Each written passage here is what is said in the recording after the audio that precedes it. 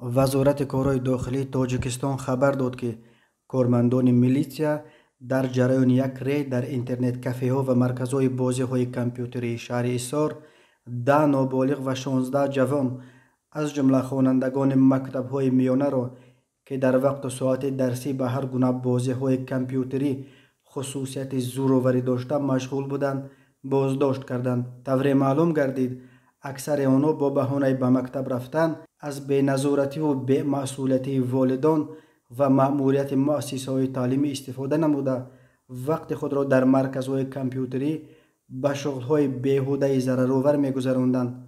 گفته می‌شود در اطلاعیه در تاجیکستان بر اساس قانون مسئولیت پدر و مادر چند سال باز در ساعت‌های درسی به اینترنت کافه و مرکزهای بازی‌های کامپیوتری رفتن خوانندگان ممنوع بوده.